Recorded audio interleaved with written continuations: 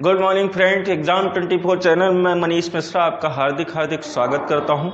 जैसा कि कल के वीडियो में हमने भारत शासन अधिनियम 1909 और भारत शासन अधिनियम 1919 की बात की थी। शॉर्ट फॉर्म में मैंने आपको बताया था कि इसे मार्ले मिंटो सुधार और मॉन्टेग्यू चेम्सफोर्ड सुधार के नाम से भी जाना जाता है। आज हम बात करेंगे कि 1919 के बाद ऐसी क्या घटना हुई कि 1935 का अधिनियम आया। तो सबसे पहले चर्चा करते हैं कि जो 1919 का अधिनियम रहा है, तो उस 1919 के अधिनियम में एक और बात कही गई थी कि ठीक आज से 10 साल बाद एक ऐसा आयोग बनाया जाएगा जो 1919 में हुए प्रश्नों पर संवैधानिक विचार करेगा। तो इसी के चलते, इसी की अनुशंसा में 1927 में यानी कि 8 नवंबर 1927 को इंग्लैंड में एक कमीशन का गठन हुआ जिसे हम साइमन कमीशन के नाम से जानते हैं। ये जो साइमन कमीशन था, इसमें 7 सदस्य थे और सभी टोटल अंग्रेज थे। इसी वजह से इसे व्हाइट मैन कमीशन भी कहा जाता था, या इसी को हम हिंदी में श्वेत मैन कमीशन भी कहते थे, क्योंकि इसमें किसी भी भारतीय को शामिल नहीं किया गया था।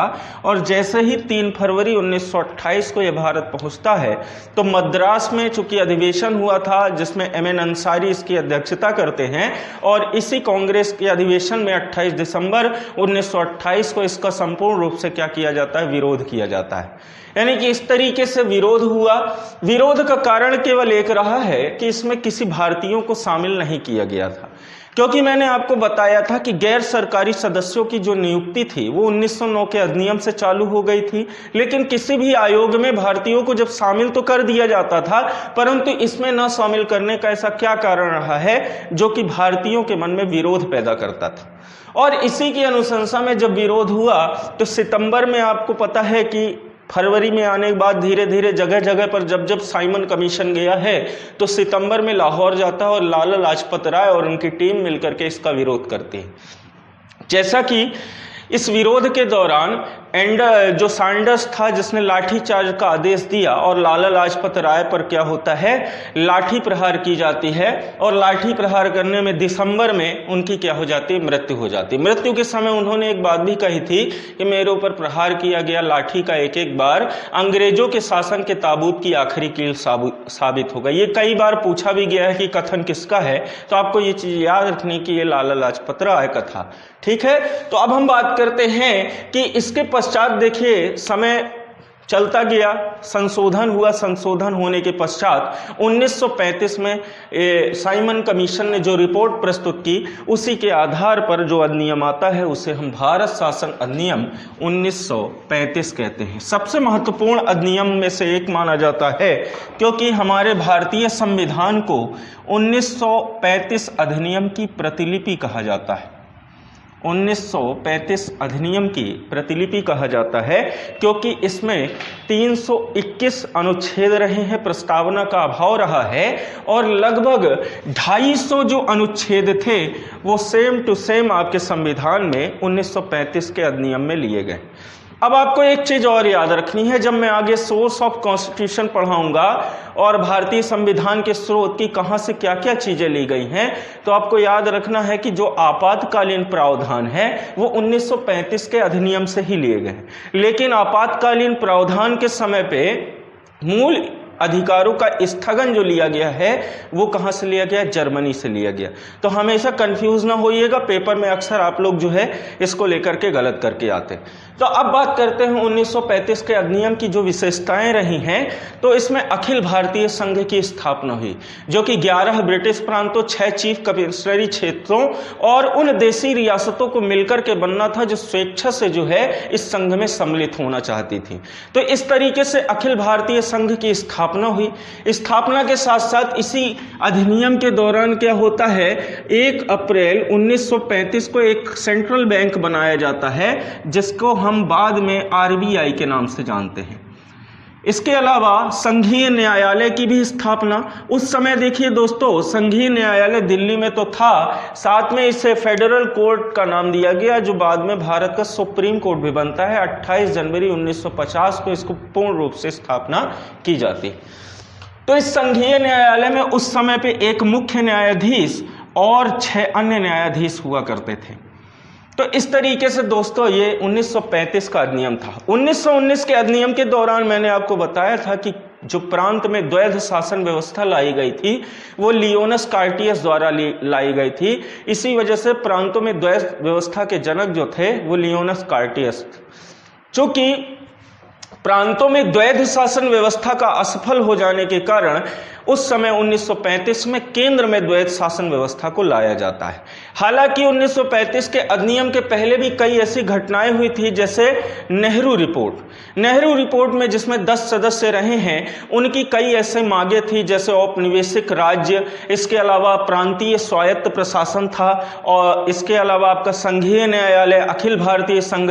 ये लगभग उनके नेहरू रिपोर्ट, यानी जिन्होंने मोतीलाल नेहरू ने इस रिपोर्ट को प्रस्तुत किया था, उसी रिपोर्ट की अनुशंसा में 1935 के अधिनियम में कई सारी बातें सम्मिलित की गई थी। इसके अलावा देखिए, संघीय न्यायालय के पश्चात जो मुख्य इसका पॉइंट आता है कि वो 1937 में बर्मा को क्या कर दिया गया, भारत से अलग कर दिया गया। वर्तमान में बर्मा को ही हम क्या कहते हैं, म्यांमार कहते हैं। तो इस तरीके से 1935 का अधिनियम रहा है, जिसकी महत्वपूर्ण बातें आपको याद रखना है। आप डिस्क्रिप्शन में जाके, मैं इंग्लिश पीडीएफ आपको प्रोवाइड करता हूं, तो आप डिस्क्रिप्शन में जाके पूरा जो है इसका पीडीएफ ले सकते हैं, स्क्रीनशॉट ले करके उसे अपनी कॉपी में नोट कर सकते हैं। मैं कोशिश करूंगा कि आपको हिंदी में भी पीडीएफ जो है प्रोवाइड करवा दूं। इसके बाद करते हैं कि क्या घटनाएं हुई। तो देखिए 1939 से 40 के समय में क्या है, कांग्रेस ने मंत्रिमंडल से इस्तीफा दे दिया, और आपको पता है कि 1940 के दौरान अबुल कलाम आजाद जो है अध्यक्ष बनते हैं, और सबसे लंबे समय तक यही बने रहते, क्योंकि कांग्रेस का कोई अधिवेशन नहीं हुआ।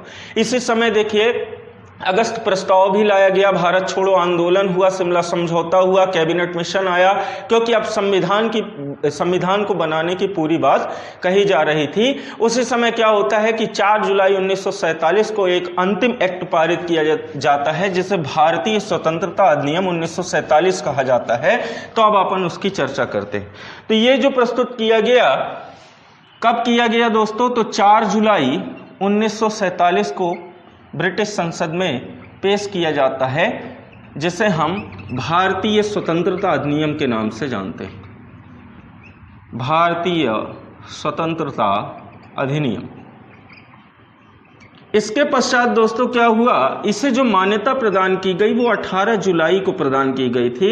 यानी कि हम देखें तो ठीक कितने दिन बाद, 14 दिन बाद जो है इसको, यानी 2 हफ्तों के पश्चात इसे मान्यता प्रदान की जाती है। ठीक है, इसमें क्या हुआ, तो देखिए चूंकि आपको पता है 3 जून 1947 को लॉर्ड माउंटबेटन ने एक योजना लाई, जिसे माउंटबेटन योजना के नाम से जाना जाता है, और उसी के तहत जो है भारत व पाकिस्तान का बंटवारा किया गया था।